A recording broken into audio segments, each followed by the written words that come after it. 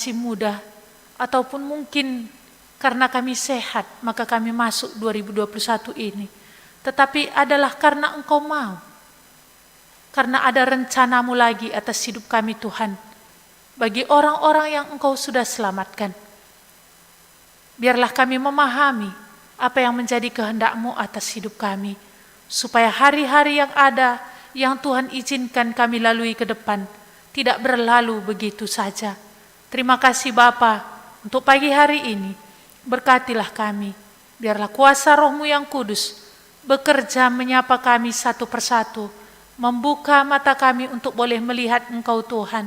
Dan benar-benar akan membawa kami kepada keteguhan hati untuk boleh mengikut Engkau.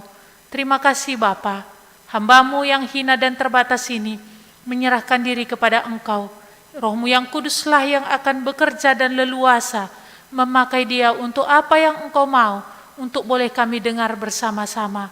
Ini doa kami kepadamu ya Tuhan, Engkaulah menghalau segala kuasa si gelap yang berusaha untuk mengganggu pikiran kami. Berkati kami yang di sini, berkati saudara-saudari kami yang ada di rumah. Di dalam nama Tuhan Yesus kami berdoa. Amin. Selamat tahun baru untuk kita. Iya. Walaupun sepertinya hari-harinya kesannya sama ya, tetapi sudah ada yang berbeda. Yang jelas kalendernya enggak lagi tahun 2020, tapi sudah 2021. Baiklah, kita akan belajar pada pagi hari ini dari Yosua 5 ayat 1 sampai 15. Yosua 5 ayat 1 sampai 15. Kita akan membacanya secara bergantian. Saya yang ganjil, Bapak Ibu dan saudara-saudari nanti yang genap. Untuk saudara-saudari yang di rumah mungkin cocok membaca semuanya ya, dengan mengeluarkan suara. Ketika semua raja orang Amori di sebelah barat sungai Yordan dan semua raja orang Kanaan di tepi laut mendengar bahwa Tuhan telah mengeringkan air sungai Yordan di depan orang Israel sampai mereka dapat menyeberang, tawarlah hati mereka dan hilanglah semangat mereka menghadapi orang-orang Israel itu.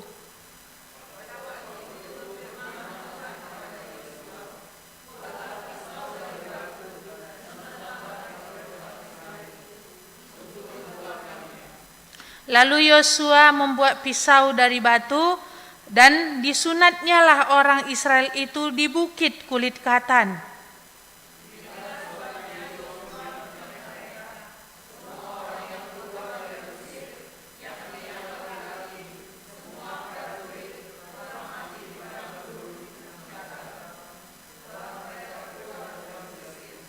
Sebab semua orang yang keluar dari Mesir itu telah bersunat, tetapi semua orang yang lahir di padang gurun dalam perjalanan sejak keluar dari Mesir belum disunat.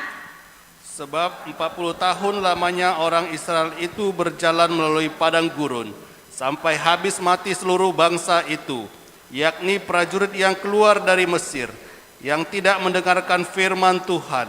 Kepada mereka itu Tuhan telah bersumpah bahwa Ia tidak akan mengizinkan mereka melihat negeri yang dijanjikan Tuhan dengan bersumpah kepada nenek moyang mereka akan memberikannya kepada kita. Suatu negeri yang berlimpah-limpah susu dan madunya. Tetapi anak-anak mereka yang telah dijadikannya ganti mereka. Mereka itulah yang disunat Yosua, sebab mereka belum bersunat karena mereka tidak disunat dalam perjalanan. Setelah seluruh bangsa itu selesai disunat, maka tinggallah mereka di tempatnya masing-masing di perkemahan itu, sampai mereka sembuh. Dan berfirmanlah Tuhan kepada Yosua, hari ini telah kuhapus celah Mesir itu daripadamu. Itulah sebabnya nama tempat itu disebut Gilgal sampai sekarang. Sementara berkemah di Gilgal, orang Israel itu merayakan Paskah pada hari yang ke-14 bulan itu, pada waktu petang di dataran Yeriko. Lalu pada hari sesudah Paskah, mereka makan hasil negeri itu, yakni roti yang tidak beragi dan bertih gandum pada hari itu juga. Lalu berhentilah manan itu pada keesokan harinya setelah mereka makan hasil negeri itu. Jadi orang Israel tidak beroleh mana lagi, tetapi dalam tahun itu mereka makan yang dihasilkan tanah Kanaan. Ketika Yosua dekat Jeriko, ia melayangkan pandangnya, dilihatnya seorang laki-laki berdiri di depannya dengan pedang terhunus di tangannya. Yosua mendekatinya dan berkata kepadanya, "Kawankah engkau atau lawan?" Jawabnya, "Bukan, tetapi akulah panglima bala tentara Tuhan. Sekarang aku datang." Lalu sujudlah Yosua dengan mukanya ke tanah, menyembah dan berkata kepadanya, "Apakah yang akan dikatakan Tuanku kepada hambanya ini?" Dan panglima bala tentara Tuhan itu berkata kepada Yosua, "Tanggalkan kasutmu dari kakimu, sebab tempat engkau berdiri itu kudus." Dan Yosua berbuat demikian. Mari kita melihat kertas warta kita. Di sini temanya Allah, penyertaan Allah tetap ada bagi umat pilihannya. Iya. Allah membelah Laut Teberau sebagai awal perjalanan Musa bersama orang-orang Israel di padang gurun. Allah mengeringkan sungai Yordan sebagai awal Joshua dan orang-orang Israel menduduki tanah Kanaan. Allah berjanji, sebagaimana ia telah menyertai Musa dalam memimpin orang-orang Israel di padang gurun, demikianlah dia akan menyertai Yosua dalam memimpin orang-orang Israel untuk menduduki tanah Kanaan. Itu bisa nanti Bapak Ibu baca di dalam Yosua 1 ayat 5. Tuhan berkata, "Sebagaimana aku menyertai hambaku Musa, demikianlah aku akan menyertai engkau Joshua." Allah bukan hanya bekerja pada masa lalu dalam hidup Musa, tetapi juga bekerja pada perjalanan berikutnya bersama dengan Joshua. Demikianlah Allah bukan hanya bekerja dan menyertai orang-orang percaya pada tahun 2020, tetapi dia juga akan bekerja dan menyertai pada tahun 2021. Ada nggak amin dalam hati kita gini ya? Wah, gitu ya kan? Oke, kita langsung masuk kepada pertanyaan pertama. Mengapa orang-orang Israel yang sudah menyeberangi sungai Yordan disuruh Tuhan untuk disunat? Iya. Ini berarti udah masuk mereka ke wilayah Kanaan. Mereka sudah ada di daerah dataran Jeriko. Nah, tapi Tuhan berkata kepada Joshua di ayat 2, "Buatlah pisau batu dan sunatlah lagi orang Israel itu untuk kedua kalinya." Di sini kita melihat Tuhan menyuruh mereka disunat karena yang masuk ke tanah Kanaan ini, yang sudah menyeberangi sungai Yordan ini adalah generasi kedua. Generasi yang belum disunat karena mereka lahir di padang gurun. Iya. Dikatakan juga di ayat yang ke-5, sebab semua orang yang keluar dari Mesir itu telah disunat, tetapi semua yang lahir di padang gurun dalam perjalanan sejak keluar dari Mesir belum disunat. Sebab 40 tahun lamanya orang Israel berjalan melalui padang gurun sampai habis mati seluruh bangsa itu, yakni prajurit yang keluar dari Mesir yang tidak mendengar firman Tuhan. Kepada mereka itu Tuhan telah bersumpah bahwa ia tidak akan mengizinkan mereka melihat negeri yang dijanjikan Tuhan, yaitu kepada nenek moyang mereka. Jadi prajurit-prajurit katanya itu ukurannya 20 tahun ke atas.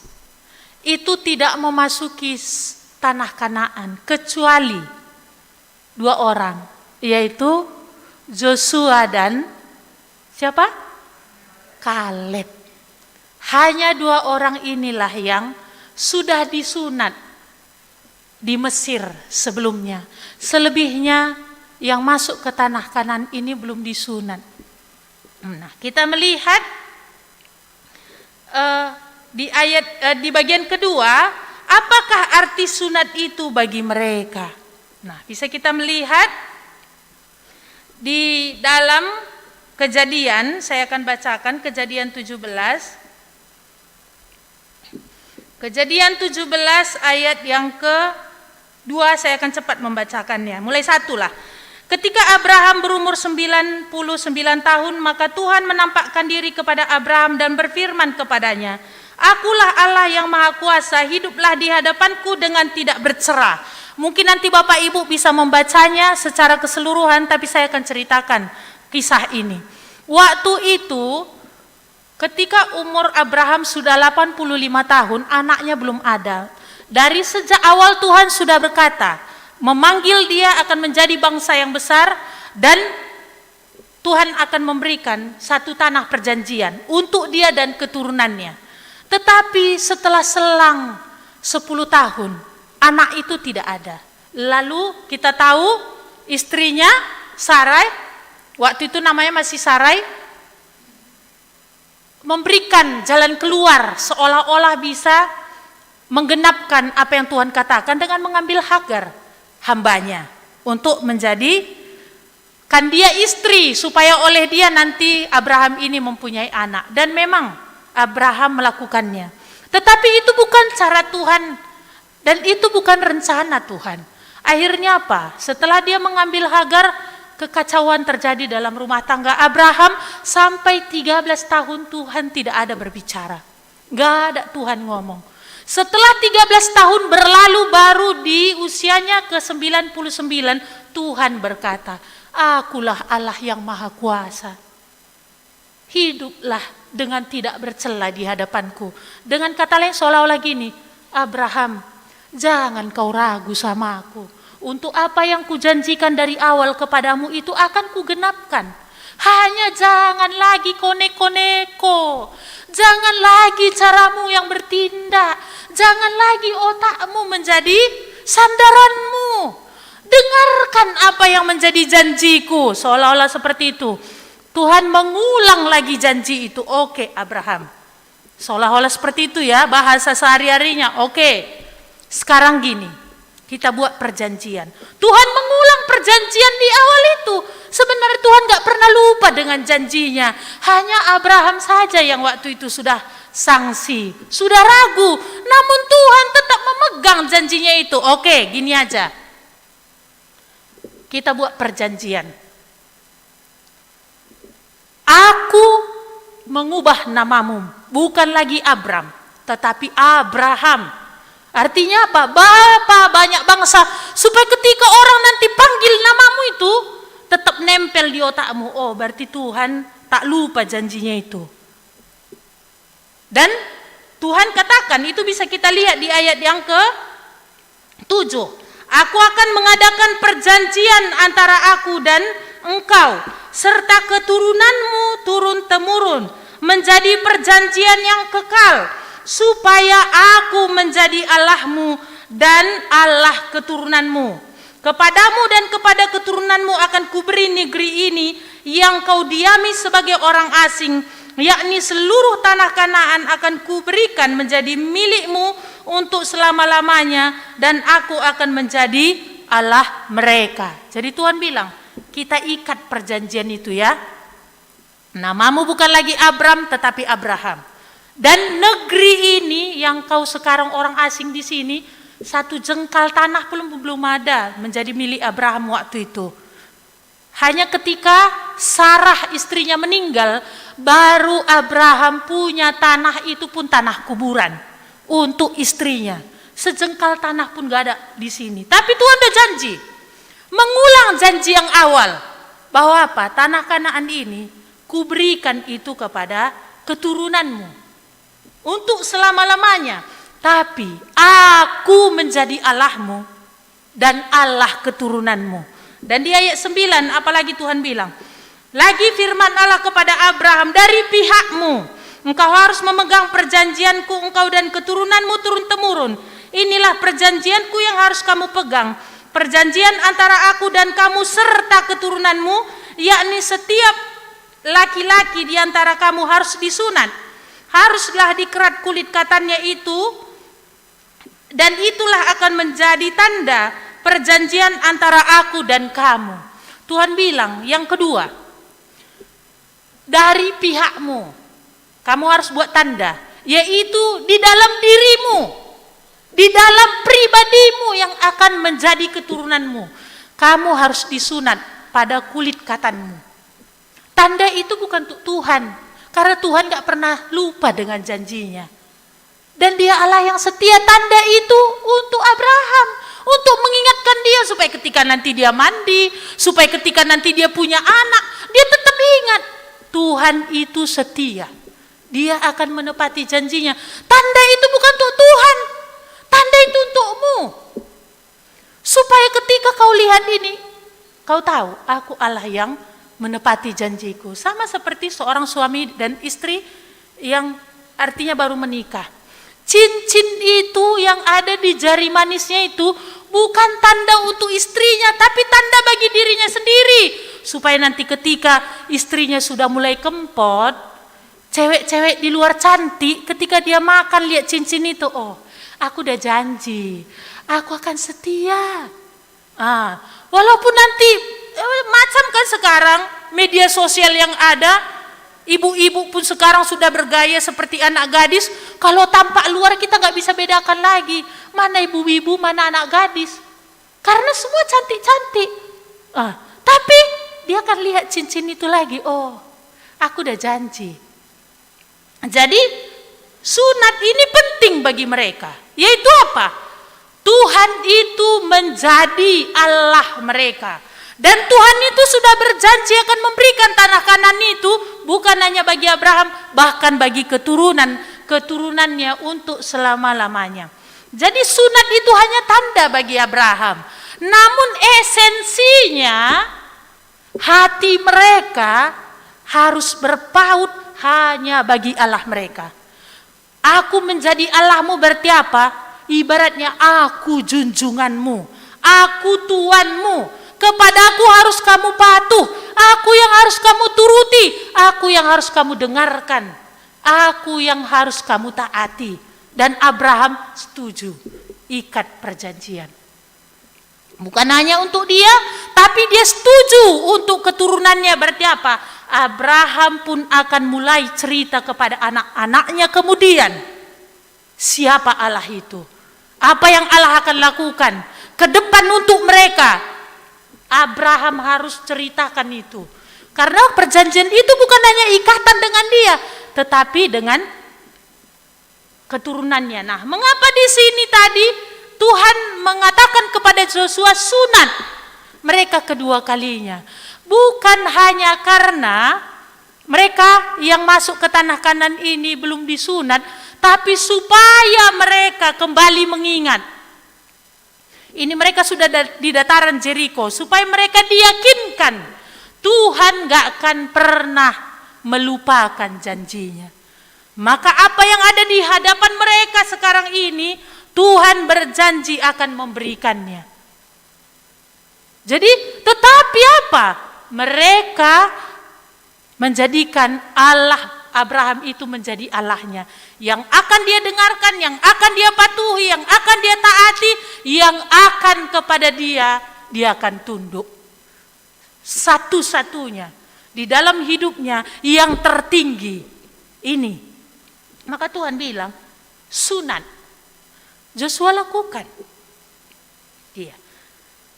Dan bisa kita melihat perjanjian itu tidak batal hingga sekarang. Sekecil apapun Yerusalem itu hari ini, Israel itu hari ini, dan dijepit oleh bangsa-bangsa yang lain yang memusuhi dia, tidak bisa mereka menghilangkan Israel itu. Kenapa? Karena perjanjian ini gak bisa dihapus.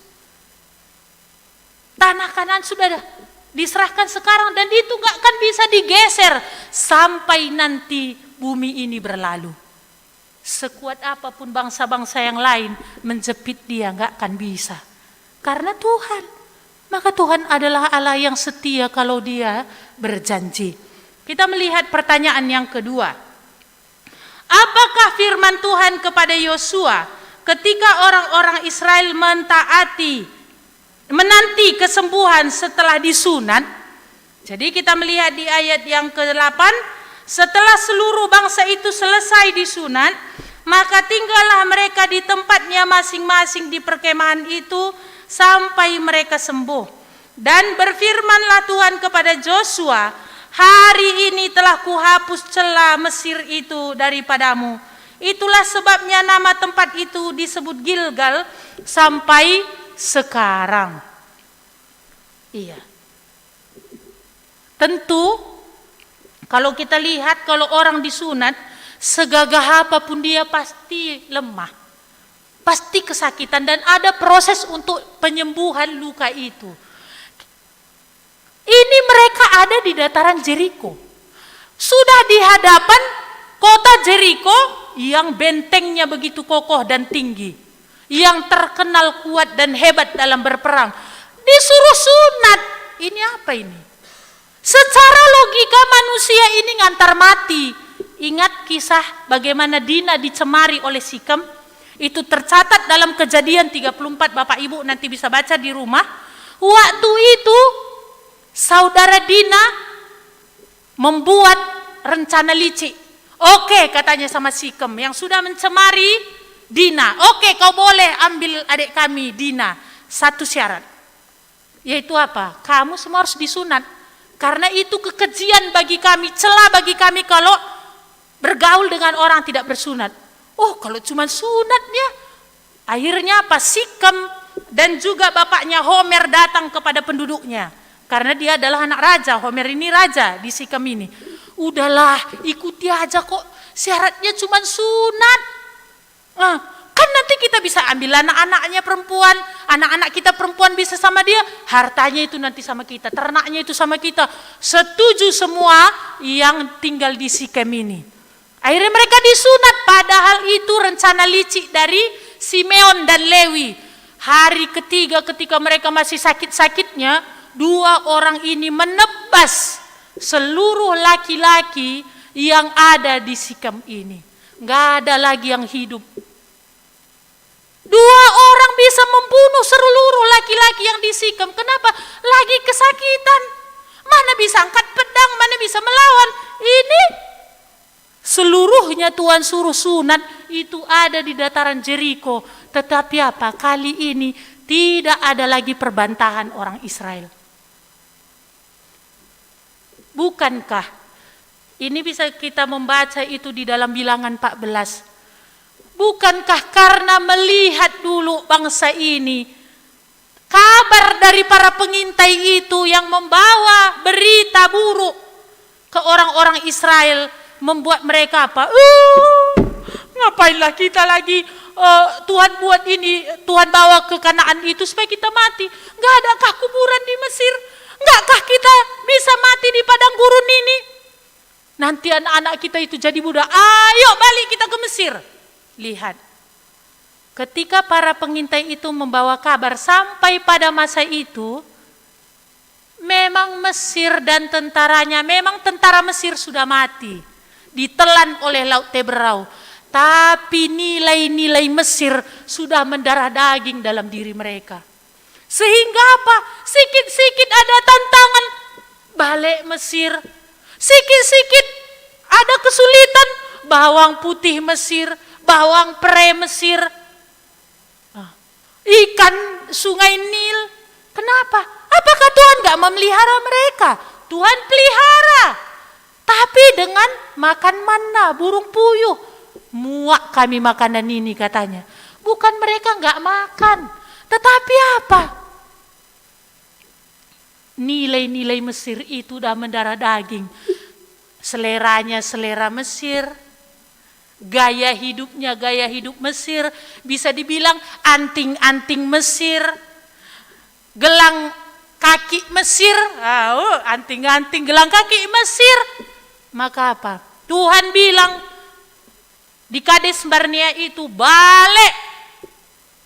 Disitulah Tuhan berkata, semua yang 20 tahun ke atas, karena 10 kali kamu telah menentang aku, Tuhan bilang, kamu tidak akan pernah melihat tanah Kanaan yang kujanjikan itu. Dan Tuhan katakan, karena kamu berkata, anak-anak kami ini nanti jadi budak di sana, justru anakmu inilah yang akan menduduki tanah Kanaan itu. Tuhan bilang, balik. Mulailah di situ Tuhan membentuk mereka. Pembentukan apa? Mengikis nilai-nilai Mesir itu dalam diri mereka. Maka apa yang Tuhan lakukan? Tuhan tahu berapa lama mereka harus di padang gurun.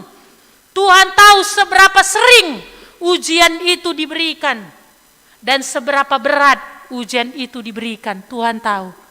Maka apa? Kadang-kadang mereka masuk dalam situasi yang sama.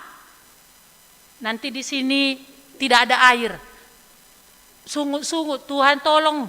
Nanti juga perjalanan berikutnya nggak ada air karena nggak lulus-lulus dari ujian itu, supaya tanggal karat-karat Mesir tadi, supaya nggak lagi sikit-sikit aroma Mesir, aku rindu.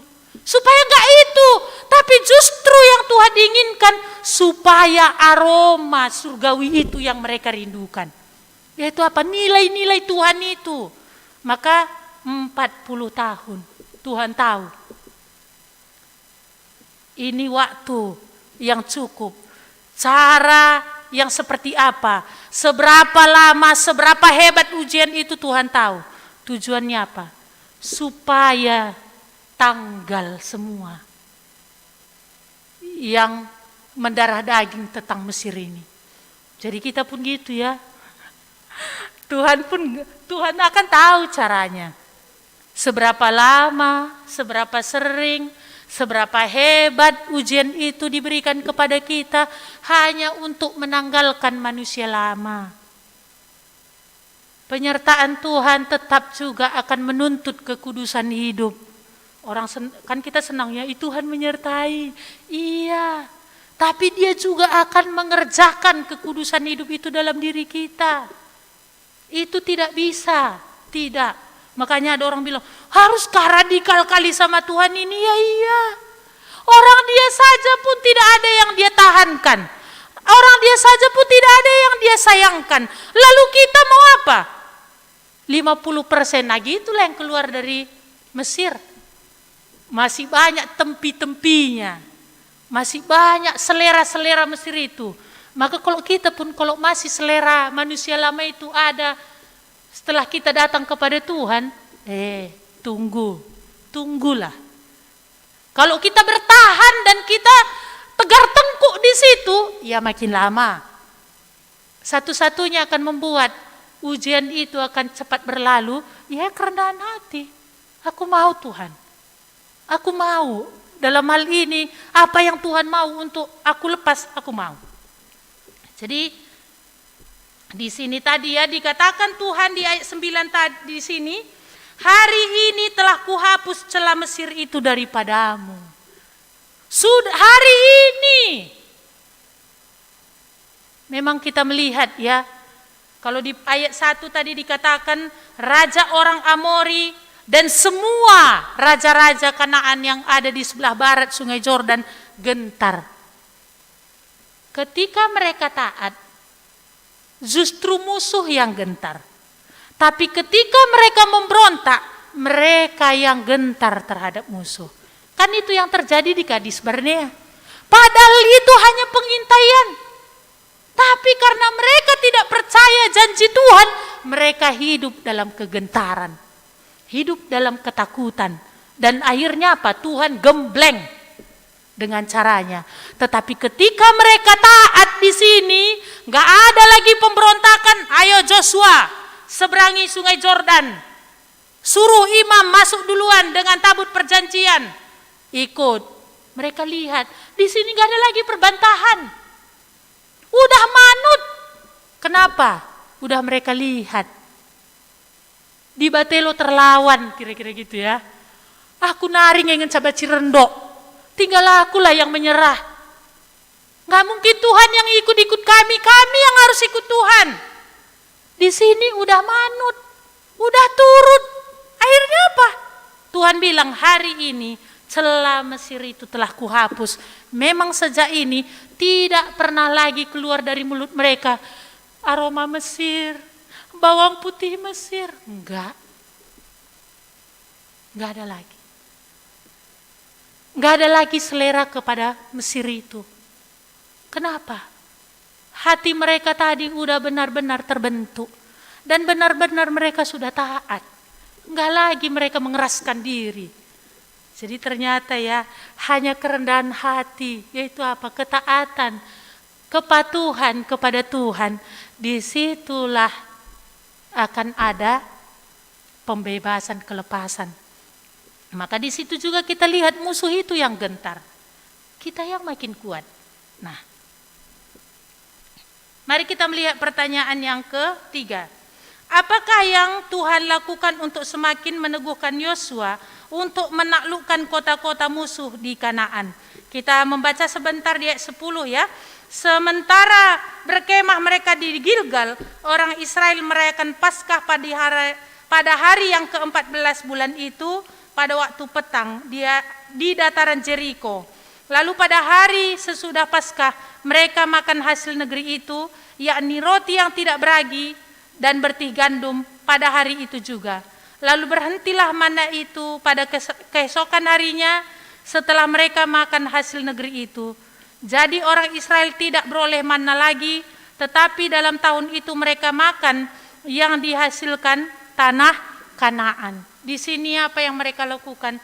Mereka tetap melakukan, sekalipun Musa tidak ada lagi, tetapi Joshua tetap melakukan bersama dengan bangsa Israel apa yang sudah Tuhan katakan.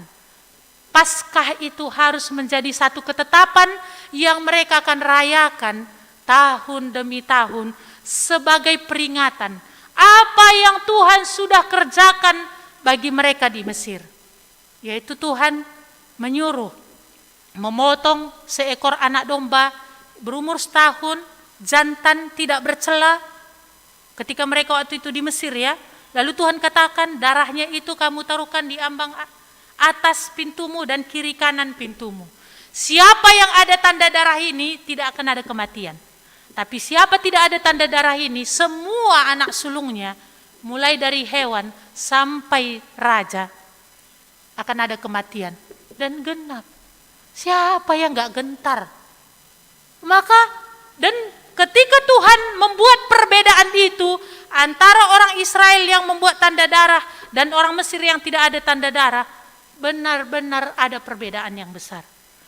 Dan setelah itulah Tuhan memberikan pembebasan bagi mereka atas Mesir, atas perbudakan Mesir. Ini sebenarnya adalah mengacu kepada pengorbanan Kristus di kayu salib itu. Kenapa Tuhan katakan buatlah ini menjadi ketetapan bagimu yang kamu rayakan tiap-tiap tahun?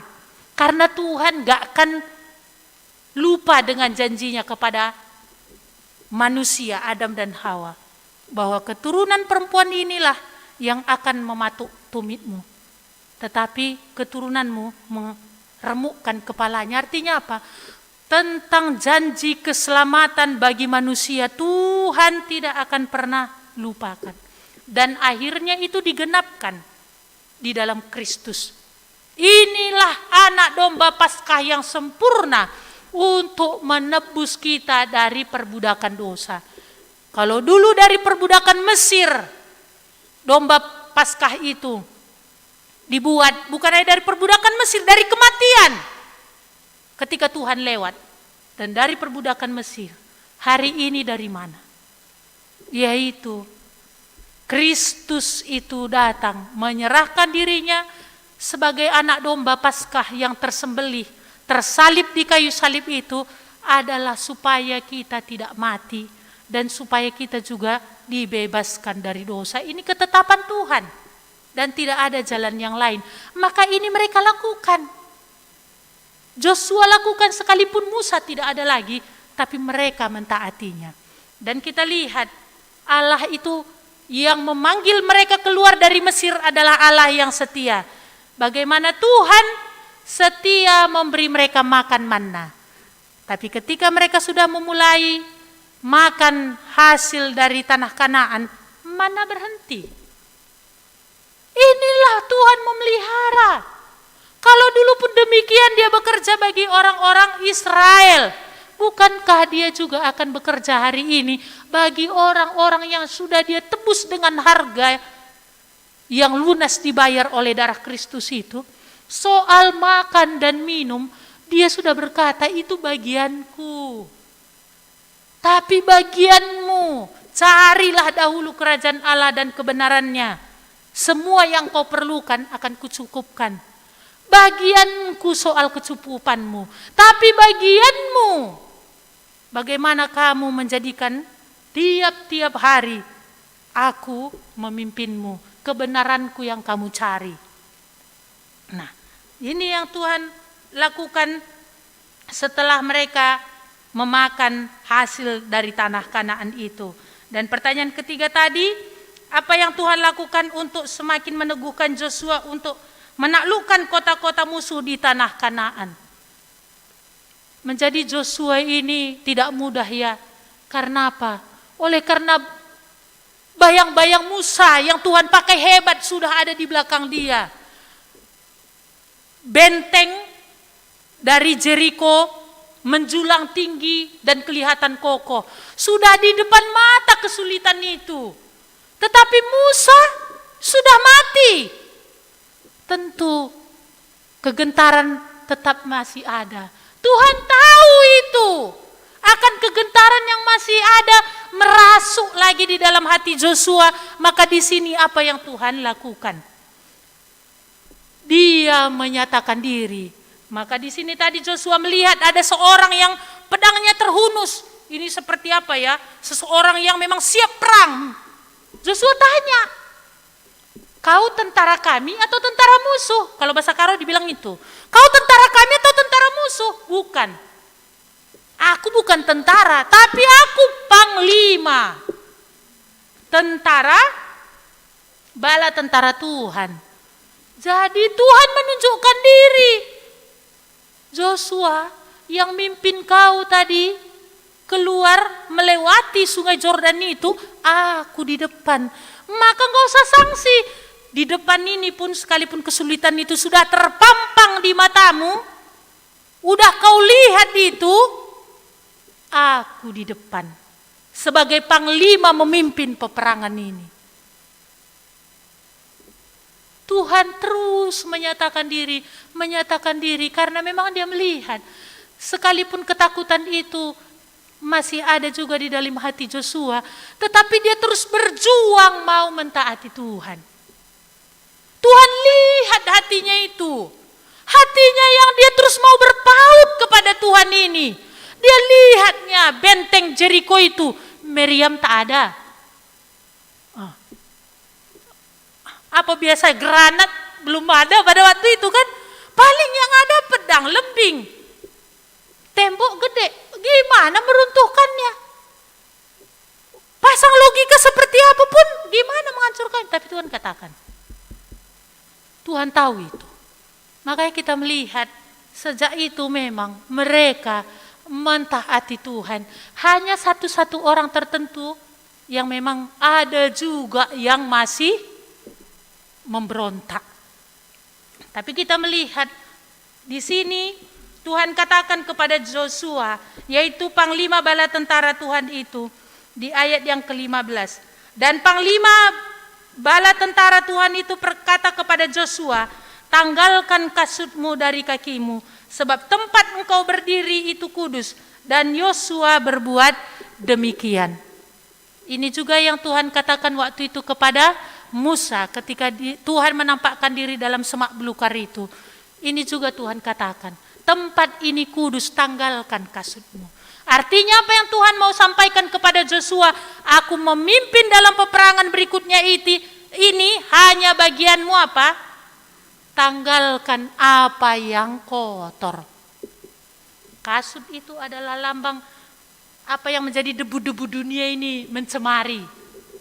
Tuhan katakan bagianmu, apa yang kotor itu lepaskan.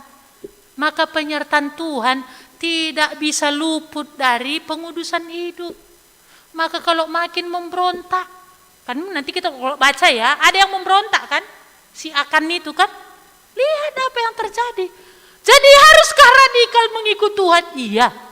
Enggak, iya kami masih muda, enggak apa-apa dong, happy-happy sedikit, gini-gini dan gitu-gitu. Nah, kan mau ya kan pembelaan orang muda ini, masa sih kaku-kaku kali. Emangnya kalau kita lihat muka Ibu Teti ini rupanya muka yang kaku-kaku mengikat Tuhan. Sering juga saya dengar orang bilang gini, ibu itu kalau dilihat gak nampaknya sakitnya. Tapi dia sakit. Berarti apa? Berarti kan bukannya nampak kali, loyo-loyo kali, kan begitu ya. Apakah kita berpikir kalau ikut Tuhan ini jadi loyo-loyo, apa humorisnya gak ada, rasa sukacita dan candanya itu hilang? Enggak loh, enggak. Harusnya memang wajah-wajah orang percaya itulah yang harus terlihat sukacita. Tapi bukan cara kita. Tapi ketika kita rela untuk dikuduskan. Jadi kalau kita hanya cari sukacita, tapi model nilai-nilai dunia ini, tunggu. Karena Panglima ini ada di depan. Jadi kan gak mungkin kekudusan itu gak dia tuntut. Karena dia kudus. Kuduslah kamu sebagaimana Bapamu di surga adalah kudus. Maka di sini Tuhan bilang kepada Joshua tadi ya, untuk meneguhkan dia menyatakan dirinya. Jadi kalau Tuhan menyatakan diri, Tuhan menyertai, pasti ada kekudusan hidup. Iya. Ulat timai rendok ya di batela bokari bosan gitu ya kan? Baiklah, mari kita masuk kepada aplikasi. Penyertaan Tuhan akan tetap ada atas umat pilihannya. Namun dia adalah Allah yang kudus, maka dia menginginkan kita kudus. Iya. Jadi gak bisa bilang, Tuhan bagian yang ini gak usah lah urusi. Masa yang ini semua, udahlah kepahitan yang masa lalu itu, yang ini biarlah tersimpan Tuhan. Biarlah kotak yang ini menjadi kenangan bagiku. Gak bisa. Semua kotak Tuhan mau itu selesaikan. Kalau enggak, kotak yang itulah akan menjadi duri dalam daging. Iya. Saya bersyukur juga untuk masuk tahun 2021 ini, ada yang Tuhan ingatkan. Bagian yang ini harus selesai dalam hidupmu. Salah satu penyakit ini adalah untuk mengikis itu. Salah satu penyakit ini. Perbankai likang perkengna. Lolit mekeng. Tapi Tuhan tahu. Kemarin hampir udah gak bisa juga buang air kecil gitu kan. Tapi Tuhan bilang, masih mau masuk 2021 bagian yang ini enggak? Ampun Tuhan, ampun. Ampun. Karena dia kudus. Akhirnya aku bilang, aku gak akan pertahankan bagian yang ini. Aku mau. Tolong aku. Maka saya, jadi berkat bagi saya yang di ayat 9 ini. Pada hari ini, celah Mesir itu kuhapus dari padamu. Apa celah-celah dalam diri kita yang Tuhan itu tanggal. Jadi jangan berharap masuk 2021 apalagi ya berkatnya ya. Oke, pasti dia akan berkati. Makan minum gak usah ragu. Walaupun di tengah pandemi. Sampai sekarang masih makan kan? Walaupun mungkin mana itu aja, kacepe, ikan teri, kacepe tapi makan kan? Enggak pula nanti selera dulu sebelum bertobat, Willy peusur. Gudari setelah bertobat, dilahna pelatrida. Enggak gitu kan, enggak belum bertobat, Willy nunggu kacepe setelah bertobat. Ini nilai-nilai Mesir tadi nih masih ini. Jadi Tuhan akan kikis itu. Jadi kalau soal makan minum gak usah sanksi. Karena kalau darahnya pun dia sudah berikan, gak mungkin untuk apa yang menjadi kebutuhan dia tidak berikan. Hanya mau gak kita dikuduskan, kalau tidak rendok bagi kala Israel. Berputar-putar di padang gurun sampai mati. Jadi mereka mati bukan karena nggak makan, tapi mereka mati karena nggak taat. Iya, jadi ini ya, penyertaan Tuhan akan tetap ada atas umat pilihannya. Namun Dia adalah Allah yang kudus, maka Dia menginginkan kekudusan kita. Masih adakah masuk 2021 ini ada lagi orang kam benci? Masih kam bawa lagi itu? Masih ada yang kam dendam? Masih ada kebohongan itu juga masuk 2021 ini? Licik-licik itu juga kam masukkan 2021 ini? Apa? Masih masuk nilai-nilai ini lagi? Makin lama lagi nanti perjalanannya. Belum pada peperangan, maka di sini kita melihat mulai Tuhan akan mengajak mereka berperang, bukan lagi soal daging, tapi berperang menaklukkan musuh. Iya. Bagaimana dengan kita hingga sekarang? Apa yang Tuhan sebenarnya inginkan kita lepaskan pada tahun 2020 yang lalu? Dan apakah menjadi harapan masuk tahun 2021? Kalau kamu sudah ditebus dengan darah yang lunas dibayar, enggak usah sanksi. Penyertaan Tuhan itu ada, karena Roh Kudus itu sebagai meterai itu enggak bisa lagi dicabut. Enggak bisa lagi pergi. Hanya apakah kita mau tunduk kepada Dia? Kekudusan hidup dan kerendahan hati itu terlihat lewat apa? Ketundukan kita kepada Dia. Ketaatan kita kepada Dia. Mari kita melihat ayat hafalan di bawah ini. Ulangan 10 ayat 13 sampai 14. Bersama-sama kita membaca dua-dua ya. Berpegang pada perintah dan ketetapan Tuhan yang kusampaikan kepadamu pada hari ini, supaya baik keadaanmu. Sesungguhnya Tuhan Allahmu lah yang empunya langit, bahkan langit yang mengatasi segala langit, dan bumi dengan segala isinya. Mari kita berdoa. Tuhan, kami bersyukur untuk boleh membaca apa yang Tuhan kerjakan di dalam hidup orang-orang Israel ini. Bagaimana Engkau Allah yang begitu setia. Ketika Engkau sudah memanggil mereka keluar dari Mesir, Engkau membawa mereka sebagaimana Engkau katakan, seperti burung Raja Wali yang menatang anaknya di atas sayapnya. Demikianlah Engkau membawa orang-orang Israel ini.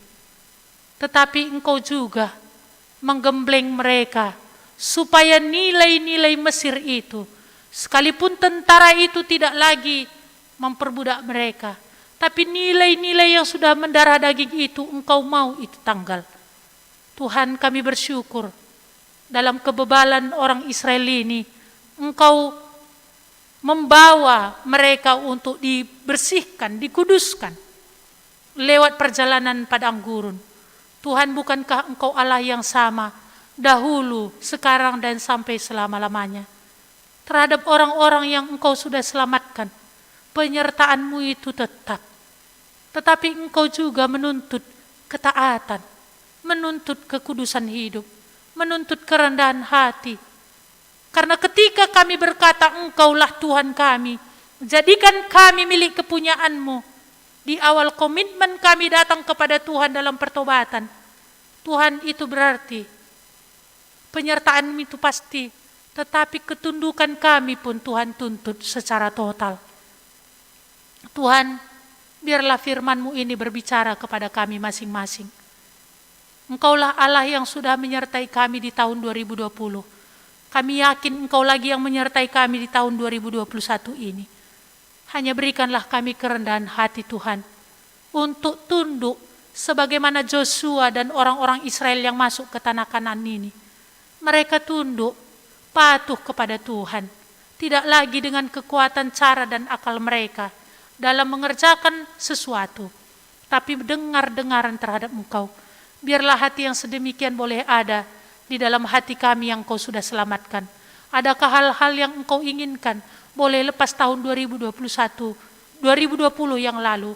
Tuhan, biarlah kami tidak membantah, tapi benar-benar tunduk kepada Engkau. Terima kasih Bapa. Roh-Mu yang kudus telah meneruskannya kepada kami masing-masing, sesuai dengan apa yang Kau lihat menjadi keperluan kami. Terpujilah Engkau Tuhan, dalam nama Yesus kami berdoa. Amin.